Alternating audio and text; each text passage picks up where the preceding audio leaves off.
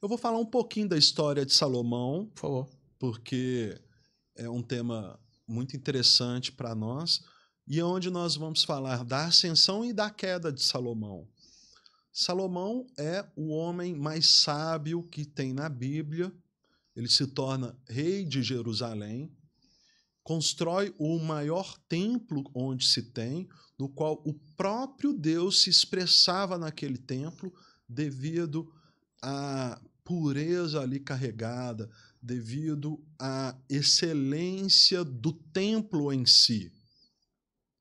Salomão, através da sua sabedoria, ele consegue a prosperidade, se torna também o homem mais rico da terra. E ele é um homem que se desenvolve a tal nível que os próprios anjos o ensinam quando ele sonha. A magia de Salomão, então, ela é toda aprendida no sonhar, no mundo astral, porque os mestres do astral, os anjos, iam concorrer ao chamado dele e ensinar os mistérios sobre a realidade. Não sabia disso. Interessantíssimo. Muito interessante, né?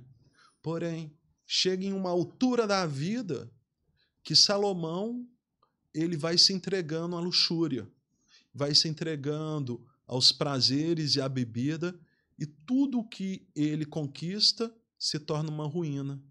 O filho de Salomão se torna o último rei de Israel, e após isso, o próprio reino é desfeito, e não muito depois o próprio templo vai à ruína.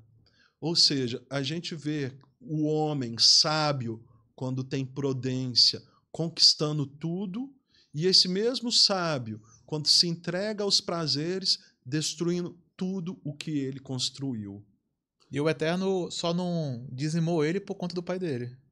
Ele ficou irado, segundo os registros bíblicos, levantou-se do trono, mas por respeito a Davi, ele não fez nada a Salomão. Mas ele afirmou que o filho de Salomão seria o último rei. E depois disso iria basicamente dividir o templo de Israel. Então, esses pontos em si, da luxúria, são excelentes vertentes. Por quê? Porque ele diz uma coisa que é muito importante, que eu acredito que é uma instrução de como lidar com a vida. Não existe nada novo sobre o sol. Tudo que vai acontecer já aconteceu. Então, se você está passando por algo na vida, basta você encontrar na Bíblia onde tem alguém que passou por algo parecido, que você sabe qual vai ser a saída. Porque não existe nada novo sobre o céu.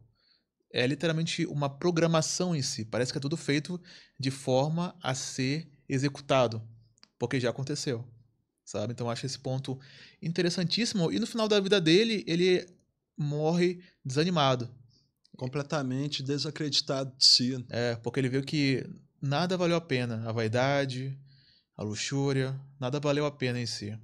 Interessante que dentro da história de Salomão, ele tem um filho com a rainha de Sabá, e o filho que ele tem da rainha de Sabá é instruído por um anjo para tirar a arca da aliança do próprio templo, quando ele vê a decadência se aproximando de Salomão. Então a história é que esse filho da rainha de Sabá, com o rei Salomão, ele tira a arca do templo, protegido pelos anjos, e leva a arca para a Etiópia, onde ela está repousada até os dias de hoje, segundo a tradição etíope cristã. E a rainha de Sabá é um elemento muito interessante na vida de Salomão, porque ela que ensina grandes partes dos segredos que Salomão vai aplicar, principalmente aquilo que vai permitir com que ele se conecte com os anjos no mundo astral, que é a prática da castidade. Compreendo. Na tradição esotérica, a rainha de Sabá é aquela que ensina os grandes arcanos e o grande arcano ao próprio rei Salomão. Então, a partir daquilo, quando Salomão encontra a mulher apropriada para ele, que a sabedoria dele e a prosperidade atingem o limite. Muito interessante que a relação dos dois mostram o elemento do amor, que o amor ali foi o fundamental para a sabedoria e também para o desenvolvimento de toda a riqueza física e espiritual que ele expressou.